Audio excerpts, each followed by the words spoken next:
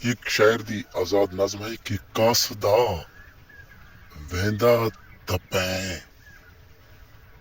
ਸਦਾ ਹਾਲ ਚਈਵਨ ਮਿੱਠੜੇ ਕੁੜੇਵੇਂ ਸਾਡੇ ਦੁੱਖ ਤੇ ਦਰਦਾਂ ਦੇ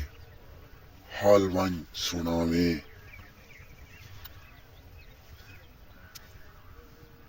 ਉਕੂੰ ਆਖੇ ਰਾਹ ਭਲਿਆਂਦੁੜ ਆਦਾ ਹਾਵੇ ਸੰਭਲਵਾਣ ਚ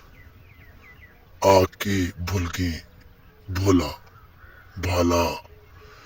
ਭਲੇ ਲੋਕ ਭੁਲਿੰਦੇ ਨਹੀਂ ਇਤਲਾ ਜ਼ੁਲਮ ਕਰਿੰਦੇ ਨਹੀਂ ਬਤ ਮੈਂ ਸੋਚੇ ਨਾ ਹੋਏ ਕਾਸਿਦ ਉਕੂ ਮੈਡਾ ਕੁਝ ਨਾ ਆਖੇ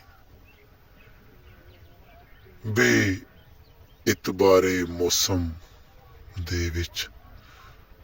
ਸਿਰ ਦਾ ਬੋਛਣ ਨਹੀਂ ਸੰਭਲੀ ਦਾ ਕਹਿੰਦੀਆਂ ਯਾਦਾਂ